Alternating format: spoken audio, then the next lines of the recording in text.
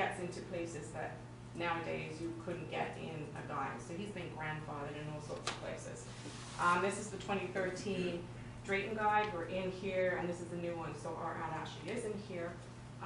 So these are the types of publications that people are looking for when they're wanting to find out what to do here. We're continuing that. The visitor guide obviously is an activity. Again, 30,000 were printed and distributed. They appear in 18 Ontario travel centres, as well as numerous welcome centres, very much like the one that we have at Grand End, and as well as sort of chamber offices and local businesses and what have you. Media relations and travel writer posting, we were lucky enough to have a travel writer. We actually had a television show here in May of 2012. That came to us through TSL's connection, and it was the Motorhead Traveler. So his whole premise of his show is he goes anywhere that at its core is a motorsport. Begins to connect with those 5 travel triggers that the RTO researched, right? So Kevin Cullen was here. He was here for 4 days. He was staying at the Motorplex and doing drag racing, and also what else is there to do in the area. So we got him involved with Teresa Marie at the Grand Bench Arts Center. He painted a picture. He did camera interviews with myself and Bill Weaver and Marlene Wood from TSL, and to provide the flavor on what else people can do when they're coming here. It's an expensive sport. Those people have a lot invested in those cars and the rigs to bring them here. They're great tourists to have. And we do event-based marketing. We are involved in brochure swaps and sponsorship. Probably 2012, more than any other year, was an advocacy year. We advocate for Lambton Shores every time, okay, I advocate for Lambton Shores every time I sit on the board for Tourism Sarnia Langton. I think out of the 3 years that Christine Bregman put in and my 2 years, I truly believe that's where the impetus for the county branding initiative came from. I think we have managed to convince some other board directors that it's important that Lambton County have a brand that all of us can get behind. Anything that says Sarnia Lambton just doesn't cut it for the rural areas of the county. I just came back from the county branding meeting that they are having, and they got that message loud and clear. The branding brochure that they put out said Lambton County branding, and the first slide they put up was Sarnia Lambton branding, and I said, that's what negative branding for the rest of the county. Yeah. So they got the message loud and clear, and I'm sure when the rest of you are interviewed or go to the meetings that they're having, I also said there was a meeting in Point Edward, and there was a meeting in Wyoming at the county buildings, and there's no other meetings east of there, so north or south. Yeah, but they said they chose the county because it's in the central of everything. I said, okay, so why was there one in Point Edward? So they're either going to have, they got the message loud and clear, and I hope they hear it from other people, and I'm sure they will, because that was, there was some discussion. Sorry, I'm going off here. No, the county branding is something that's very important, and we have to get involved here at the, in Lambton Shores to make sure that our thoughts are conveyed and that our area is portrayed. Concern in the media dealing with, okay, it was an American company that comes up here.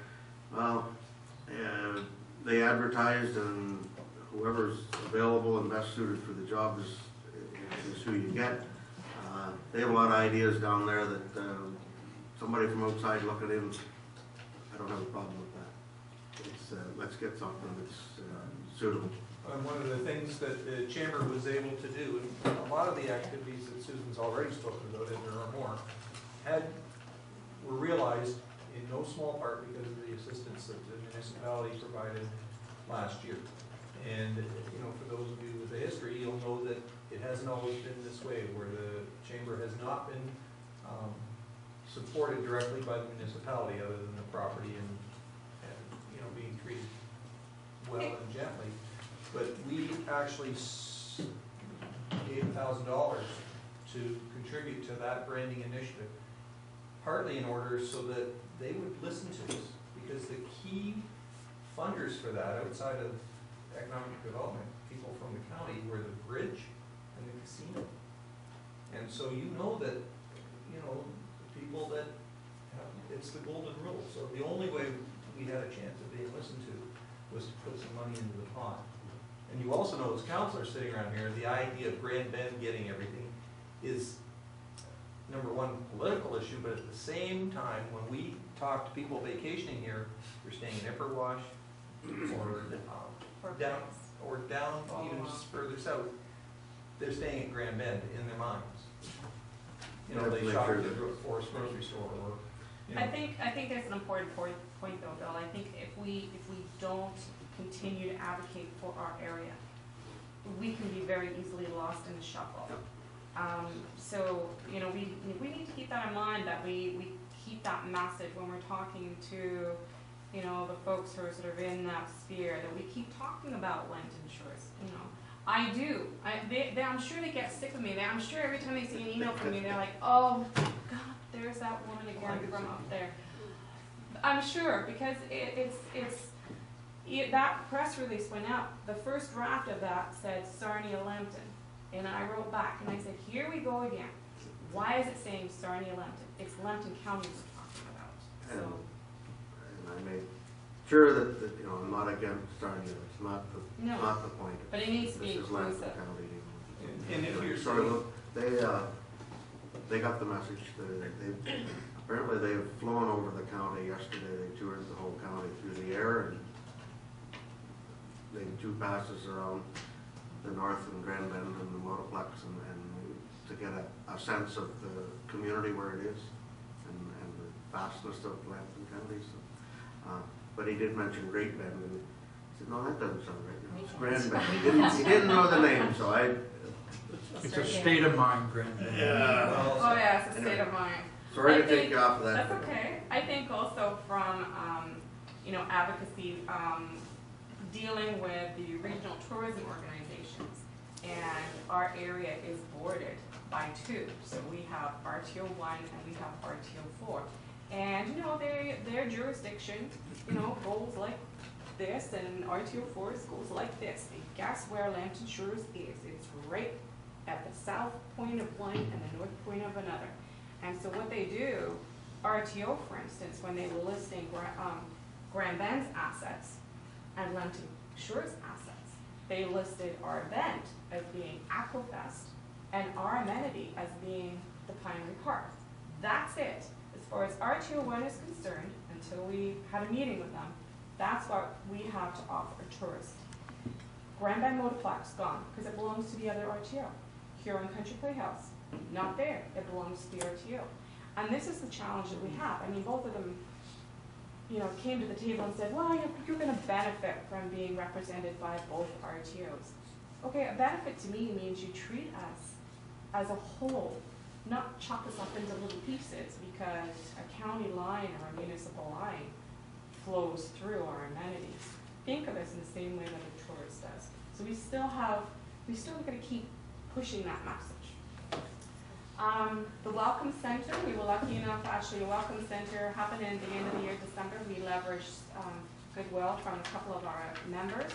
We have a nice fresh paint job to greet tourists for 2013 and a brand new carpet. So we're looking all spruced up and ready for the season. We continue with support for community events. So for instance, we helped, we did some ticket sales for the homemade Music Jam Festival. We do some ticket sales for Drive and Jive. We help market and promote all those events in our festivals and events in our guide, on our website. With flyers, we distribute their flyers and post their flyers.